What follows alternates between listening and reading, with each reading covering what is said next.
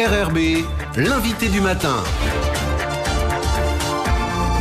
Bonjour Elisabeth Noir. Bonjour Nicolas. Retour ce matin sur la séance de l'Assemblée de la Province Sud d'hier, puisque vous recevez Philippe Blaise. Philippe Blaise, le vice-président de la Province Sud, bonjour. Bonjour. Merci d'avoir accepté notre invitation. Alors l'Assemblée de la Province Sud tenait hier son débat d'orientation budgétaire. Quelle est la situation financière de la province aujourd'hui ? Vous vous posez beaucoup de questions, vous rencontrez un certain nombre de difficultés ? Je crois qu'il faut d'abord rappeler que lorsqu'on est arrivé à la Province Sud, les comptes étaient quand même en difficulté, c'est-à-dire que les projections budgétaires n'avaient pas été respectées. On s'est retrouvé avec une province qui avait une épargne très dégradée, un fonds de roulement qui était tombé à 9 jours. Et depuis 2 ans, on a travaillé d'arrache-pied pour rétablir la santé financière de la province. On a réduit les dépenses, notamment sur la masse salariale. Et on a réussi de cette façon-là à reconstituer des ratios financiers qui sont rassurants, avec un fonds de roulement de 23 jours, ce qui permet de payer les factures, avec une épargne qui était remontée à 13%, avec une capacité à emprunter pour pouvoir continuer à soutenir l'économie, puisqu'aujourd'hui la province Sud, c'est la collectivité qui fait le plus d'investissements. La Nouvelle-Calédonie a considérablement baissé la voilure et nous sommes sur 9 à 10 milliards par an. Mais alors maintenant, après 2 confinements, enfin même 3 confinements dans la situation actuelle, est-ce que vous avez encore ces moyens-là ? Est-ce que vous pouvez faire face ? Comment se présente ce budget 2022 ? Ce qu'il faut comprendre, c'est que le problème de la province, c'est qu'elle dépend de la clé de répartition. Ce qu'on appelle l'assiette de répartition, c'est l'argent des impôts des Calédoniens qui sont donnés à 50% à la province Sud et le reste pour les provinces Nord et Île, alors que nous avons 75% de la population. Et ces recettes aujourd'hui sont très instables. C'est-à-dire qu'avec les crises qu'on connaît, la crise économique, l'instabilité institutionnelle, le Covid, on ne sait plus vraiment où on va être chaque année. Alors, les 2 années qui viennent de passer ont été correctes. Et heureusement, en 2021, le prêt exceptionnel de l'État a permis de maintenir l'assiette de répartition. Et c'est grâce à ça qu'on a été sauvé, qu'on a pu maintenir le financement de l'aide médicale gratuite et de l'enseignement privé.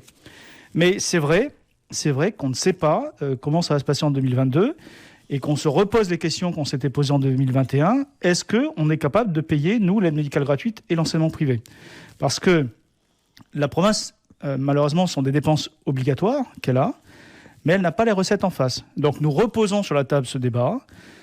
Que fait-on si demain, on ne nous donne pas les moyens d'exercer ces compétences ? Eh bien, il y a déjà des discussions qui ont eu lieu entre les présidents de province qui conviennent qu'il faut à un moment remonter vers la Calédonie qui a des moyens financiers que nous n'avons pas, notamment le financement de l'aide médicale gratuite.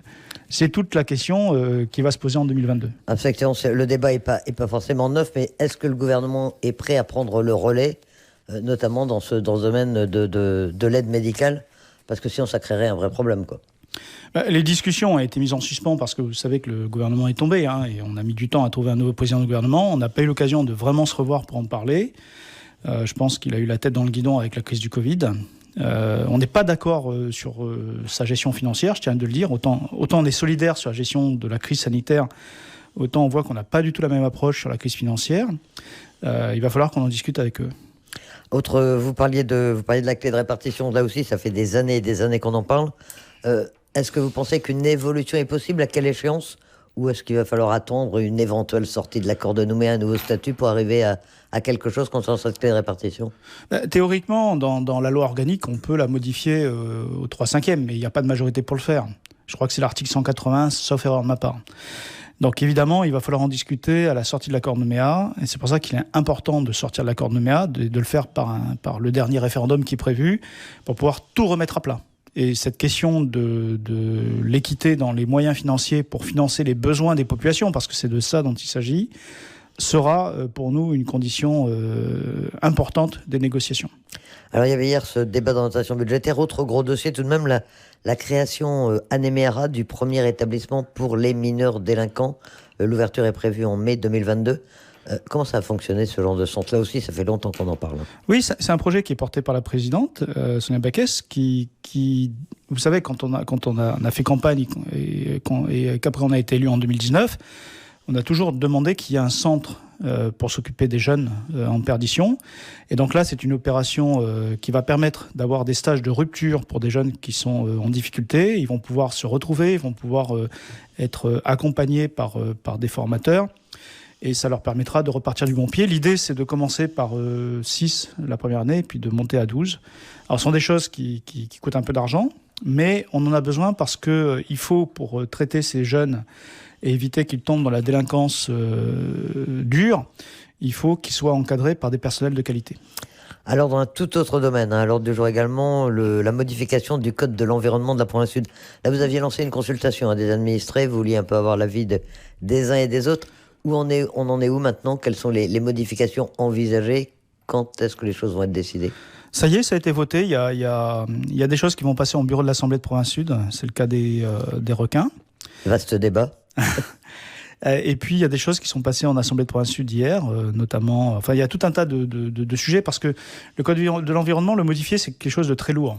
Il y a toute une séquence, il faut consulter la population, il faut consulter des scientifiques. Ça ne se fait pas comme ça d'un claquement de doigts. Et donc, on a profité pour faire beaucoup de réformes. Des réformes, certaines venaient des services qui ont proposé de moderniser le code sur certaines choses, dans le but de faciliter le quotidien des gens, c'est-à-dire d'arrêter de les embêter avec des mesures trop contraignantes. Il y a plein de sujets comme ça, prélever des graviers dans les rivières, le défrichement, où on a essayé de simplifier la vie des Calédoniens. Et puis il y a des propositions qui sont venues de l'exécutif, notamment sur les requins, où là, on l'assume, on le dit, c'est une décision politique.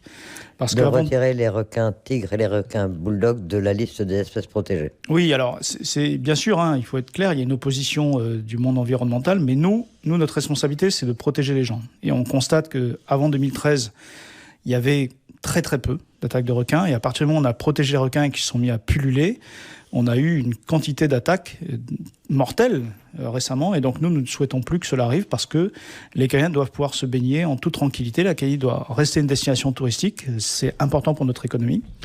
Et dans cette affaire, il s'agit de les retirer de la liste des espèces protégées, il ne s'agit pas d'aller les exterminer. C'est pour ça que nous serons très vigilants sur le fait qu'on puisse réguler la population, mais qu'on ne soit pas dans le grand n'importe quoi. Il n'est pas question d'encourager les gens à les chasser pour le plaisir.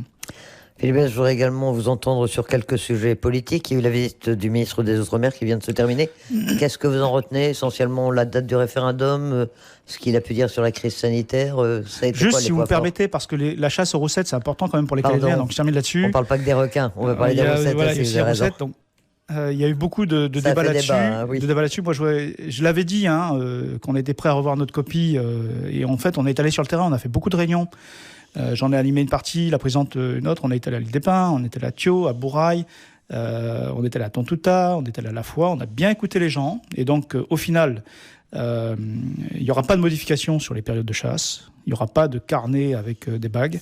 Mais nous avons autorisé le transport du produit de la chasse jusqu'au lundi midi après le week-end. Donc je sais que ça tenait à cœur à beaucoup de gens qui étaient un peu pressés de rentrer avant le dimanche et pas de se faire coltarer par les gendarmes s'ils se faisaient attraper. Donc là, on a tenu compte des gens, mais encore une fois, c'était vraiment notre feuille de route.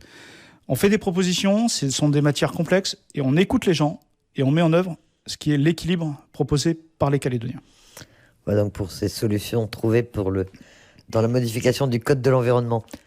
La politique, tout autre sujet. La visite de Sébastien Lecornu. Qu'est-ce que vous en retenez? Qu'est-ce qui vous a semblé essentiel dans ce déplacement? Et est-ce que vous êtes satisfait globalement des déclarations du ministre? Chacun est de son rôle. Le ministre, il représente l'État, même s'il a indiqué l'État est neutre, le gouvernement ne l'est pas. Ce que je retiens, c'est qu'il y a une méthode Lecornu qui marche. Je sais que lorsqu'il a pris ses fonctions, il a été un peu pris de haut par certains qui disaient les jeunes, il ne connaît pas la Calédonie. En fait, on s'est rendu compte qu'il a bien fait avancer les choses. D'abord, il a bien fait avancer les choses en juin parce qu'il a pris le taureau par les cornes, il a calé la date du référendum. L'État a produit un travail remarquable sur les conséquences du oui ou du non qui permet d'éclairer le choix des Calédoniens. Et puis, lors de cette visite, il l'a dit, il n'était pas venu pour prendre des décisions sur la date, il était venu pour écouter, pour s'assurer que les choses étaient en route. Il a rappelé qu'il a confirmé au commissaire qu'il fallait lancer les préparatifs du référendum. Moi, je rappelle qu'il y a 2000 personnels de l'État qui viennent, que c'est beaucoup d'argent, que c'est une très grosse logistique et que donc c'est pas quelque chose qu'on arrête comme ça. Il y a des conséquences si on l'arrête. En tout cas, moi, ce que j'ai retenu dans l'échange que j'ai pu avoir avec lui et d'autres, c'est qu'il y a une méthode Lecornu qui est intéressante, c'est qu'il faut décortiquer les problèmes point par point, traiter chaque objection. Et puis, il a fait des annonces dans lesquelles on se reconnaît, c'est qu'il ne faut pas qu'on se retrouve un peu prisonnier du référendum, prisonnier du résultat. Il faut aussi avoir une perspective de long terme. Et il a dit des choses importantes, et je crois qu'il faut qu'on en tienne compte. Il faut nourrir le projet de l'après-accord de Nouméa sur les questions du quotidien. Parce que le débat, c'est pas juste de savoir quel est le statut qui plaît aux indépendantistes, quel est le statut qui plaît aux loyalistes, c'est qu'est-ce qu'on apporte comme réponse au quotidien des gens, en matière d'éducation. On le voit aujourd'hui en matière de santé, en matière d'emploi, en matière de développement économique, en matière d'environnement, en matière d'insertion des jeunes. Et on en a parlé entre nous, avec Christopher Gigès, avec Sonia Backès, avec d'autres. Je crois qu'effectivement, il ne faut pas juste aller au référendum avec l'explication du document du oui ou du non. Il faut commencer à faire des propositions. Et pour cela, la bonne méthode, c'est pas de sortir un projet d'un chapeau. La bonne méthode, c'est d'aller demander aux Calédoniens ce qu'ils attendent comme modification concrète dans le futur. Nous, on a des convictions sur le fait que la Calédonie doit rester dans la France. On a des convictions sur ce qu'est le meilleur statut.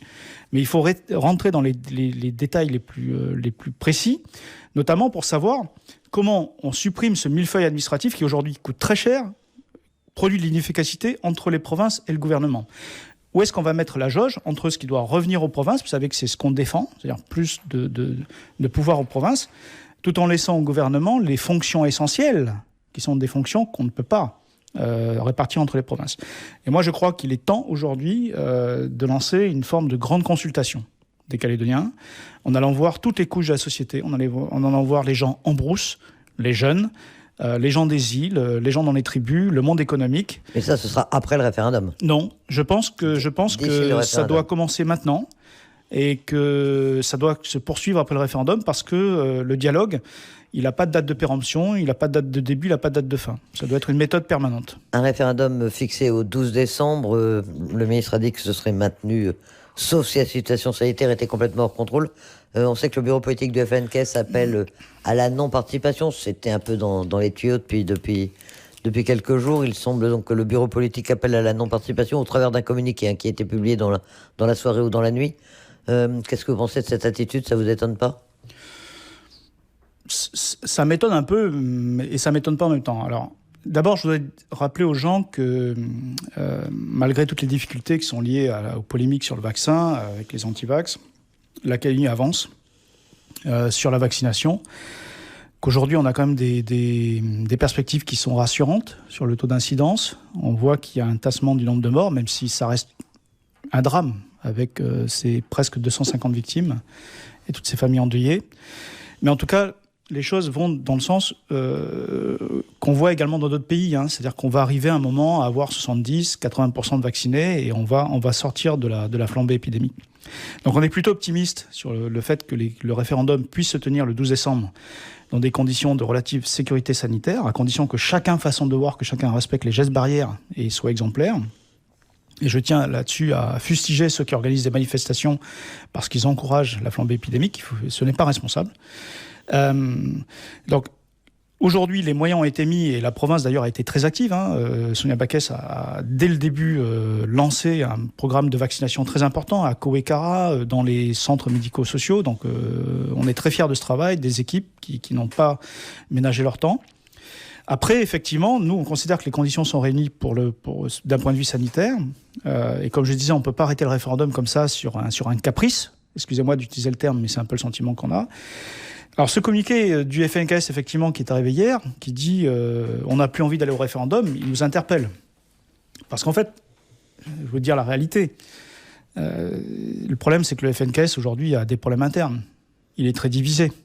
C'est un refus d'obstacle. Vous voyez, comme un cheval qui refuse l'obstacle, mais à un moment, l'obstacle, il est toujours là. Pas parce que les conditions ne sont pas réunies pour aller au référendum. Les Canadiens savent très bien quels sont les enjeux, la situation sanitaire, elle va être sous contrôle, mais parce que le FNKS, aujourd'hui, est très divisé.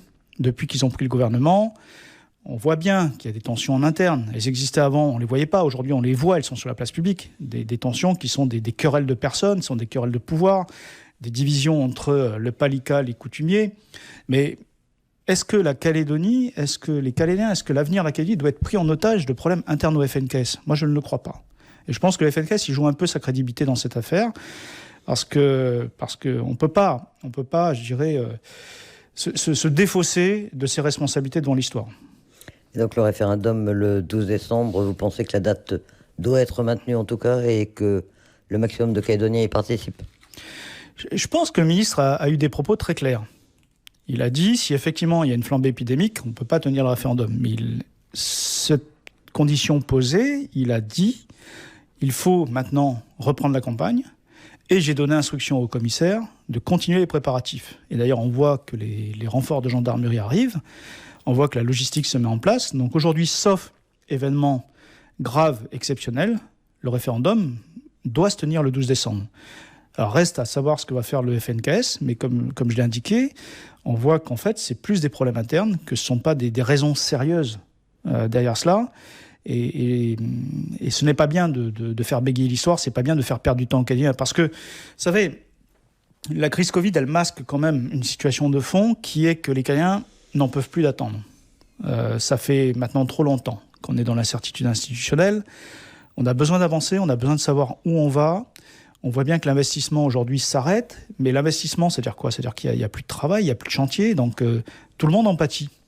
C'est pas que le monde économique, ce sont les employés, c'est toute la Canadie qui en pâtit. Et par ricochet, il y a une baisse de nos recettes fiscales, et donc on n'avance pas. On est dans une situation de pays qui est gelée parce qu'on est dans l'incertitude politique. Donc à un moment, il faut y aller, il faut clore, je ne vais pas utiliser le terme purger qui est peut-être un petit peu violent, il faut clore la page de l'accord de Nouméa pour pouvoir avancer, construire une nouvelle société calédonienne avec certainement plus d'autonomie. Moi, je me reconnais là-dedans parce qu'on peut être attaché à la République française et ne pas avoir peur de l'idée d'autonomie et en profiter pour mettre à plat les problèmes de la société calédonienne, régler nos problèmes notamment vis-à-vis de la jeunesse, qui est vraiment le sujet clé. C'est qu'est-ce qu'on met en place comme modèle social pour ne laisser personne sur le bord de la route, pour permettre à tout le monde d'avoir une formation, d'avoir accès à l'emploi et d'avoir une vie agréable, décente dans son pays.